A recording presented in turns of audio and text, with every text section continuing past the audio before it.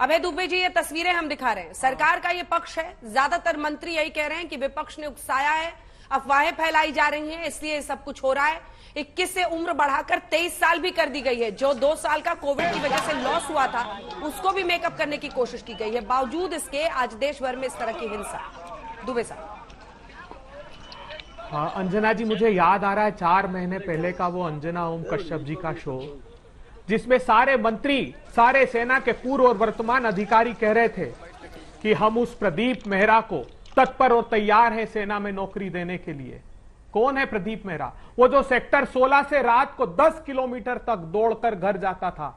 उससे जब एक समाज सेवी विनोद कापड़ी ने पूछा कि मेरी कार में लिफ्ट दे दूं, तो उसने कहा कि नहीं, मैं रोज प्रतिदिन रात को 10 बजे दौड़कर घर जाता हूं क्योंकि मैं सेना की तैयारी कर रहा हूं। तो उन्होंने कहा कि चल मेरे घर चल, मेरे खाना खिला दूंगा। उन्होंने कहा नहीं, मुझे खाना बनाना होता है क्योंकि मां मेरी अस्पताल में भर्ती है और मेरा भाई भूखा घर पर रह जाएगा अगर मैंने खाना नहीं बनाया। उसने कहा भाई क्यों भूखा रह जाएगा? क्योंकि बोले वो रात की शिफ्ट में नौकरी करता है, हम दोनों भाई मेहनत कर रहे हैं ताकि मैं अपना भारत मां की रक्षा कर सकूं और अपने भविष्य को संवार सकूं, अपने परिवार के भविष्य को संवार सकूं, मां का इलाज करा सकूं। आज उसके दिल पर क्या गुजर रही होगी? पूछिए ना इन सेना के बड़े वरिष्ठ अधिकारियों से और भारतीय जनता पार्टी की सरकार से।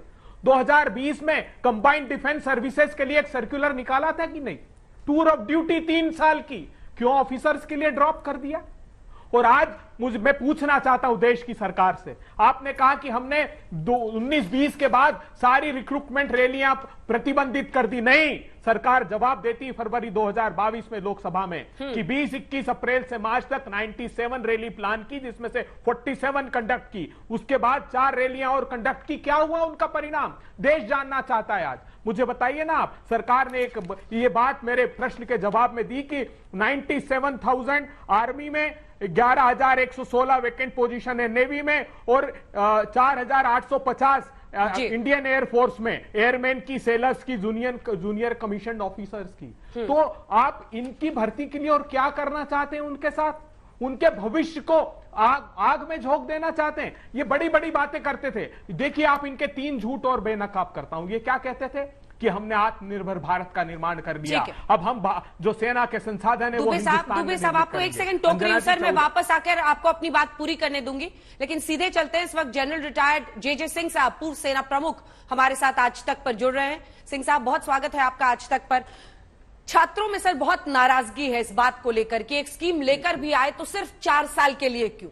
और यही वो मुद्दा है जिसको विपक्ष भी उठा रहा है। मैं सियासी बातें आपसे नहीं करूंगी। उन बच्चों की सबसे बड़ी चिंता यही है कि अब सेना से जो नॉर्मल पहले बहाली होती थी वो नहीं होगी। 21 से बढ़ाकर 23 जरूर जो आयु सीमा है वो कर दी गई है, लेकिन इन बच्चों का सबसे ज्यादा इस बात को लेकर है कि हम 4 साल के लिए कौन सी स्कीम है। उनको आप कैसे समझाएंगे? क्या ऐसा कहेंगे जिससे उनका गुस्सा शांत हो? सिंह साहब। अंजना, आपसे ये कहना चाहता हूं कि यह दृश्य जो दिखाई दे रहे हैं टीवी चैनल पर, ये बहुत अफसोसजनक हैं। ये हमारे नौजवानों को या तो नादानी में उनको अनजाने हैं या उनको बहकाया गया है, क्योंकि ये जो दंगे फसाद हो रहे हैं या तोड़फोड़ हो रहा है, ये बहुत ही अफसोसजनक है, बहुत ही दुखद है। तो ये मैं समझता हूं देश के हित में नहीं है और मैं समझता हूं ये नौजवान जो हैं इनको किसी तरह से बहकाया गया है।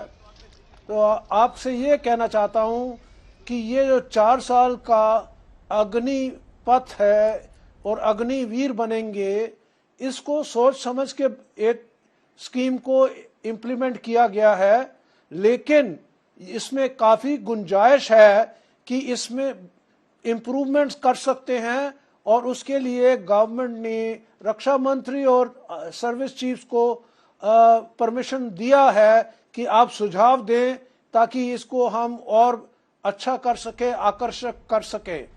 तो मेरा कहने का ये मकसद है कि ये हिंसा बिल्कुल मंजूर नहीं है और जो इस हिंसा में शामिल हैं वैसे लोग भारत की सेनाओं में नहीं आ सकते, क्योंकि सेनाओं में इस तरह से गलत डिसिप्लिन के खिलाफ और ये दंगा फसाद और धरना करना ये बिल्कुल कबूल नहीं है और इसकी सजा बहुत सीरियस होती है आर्मी में। लेकिन सर घूम फिर कर बात वहीं पर अटकती है सर। ये बच्चे ऐसे हैं जो जिनके लिए सबसे बड़ा ख्वाब होता है आर्मी में आना। गौरव भाटिया जी भी हमारे साथ आ गए। सबसे बड़ा ख्वाब सर इनके लिए होता है कि उनको सेना में भर्ती होना है। अब ऐसे में जब 4 साल का ये निकला है तो उनको यही लगता है कि हम जिस उम्र में आकर हम 4 साल करेंगे, उसके बाद जब हम प्राइम में रहेंगे हमारे पास कोई अन्य डिग्री नहीं है, हमारे पास कोई अन्य डिग्री नहीं है। और अगर हम आर्मी में 75% में रह गए जिनको नहीं लिया गया तो हम क्या करेंगे, हमारा भविष्य क्या रह जाएगा। एक बड़ी खबर आ रही है सर, अग्निपथ योजना के तहत भर्तियां शुरू होंगी। वायुसेना में 24 जून से शुरू होंगी भर्तियां। लीजिए पहली खबर आ गई है कि भर्तियों की शुरुआत की तारीख अब आपके सामने है। आज 17 जून है और 24 जून से यानी अब से 7 दिन बाद ये भर्ती की प्रक्रिया शुरू कर दी जाएगी। इसका ऐलान कर दिया गया है। यही लगता है बच्चों को कि हमने कोई और डिग्री नहीं ली, हम चले गए 17 से 21, ये जो प्राइम है उसमें चले गए, हम इसमें 4 साल रहे। जो 75% नहीं लिए जाएंगे वो फिर क्या करेंगे, उनके पास क्या एवेन्यूज, क्योंकि उन्होंने और कोई पढ़ाई तो की नहीं सर, उनके पास और कोई डिग्री तो है नहीं, तो फिर वो कहां जाएंगे। इसका एक जवाब आपसे। अंजना जी, ये नौजवान जो हैं सबसे पहले उनको बहुत गर्व होगा कि वो देश के लिए, देश की रक्षा के लिए उन्होंने अपना योगदान दिया और उनको एक बैज ऑफ ऑनर मिलेगा जो कि अग्निवीर होगा।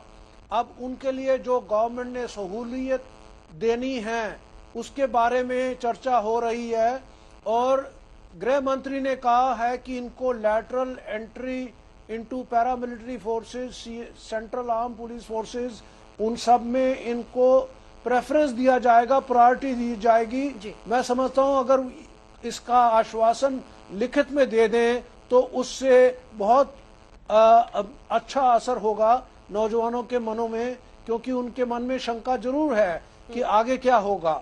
लेकिन मैं आपको कहना चाहता हूं कि ये नौजवान जो हैं ये सिर्फ इन्फेंट्री में नहीं जा रहे, कोई सिग्नल्स में जा रहा है, कोई इंजीनियर्स में जा रहा है, कोई कहीं और जा रहा है और वो स्किल डेवलप करेगा अपना, ताकि वो 4 साल के बाद उसको जो भी कॉरपोरेट वर्ल्ड में नौकरी मिलेगी वो प्रेफरेंस उनको दी जाएगी जो अग्निवीर हैं।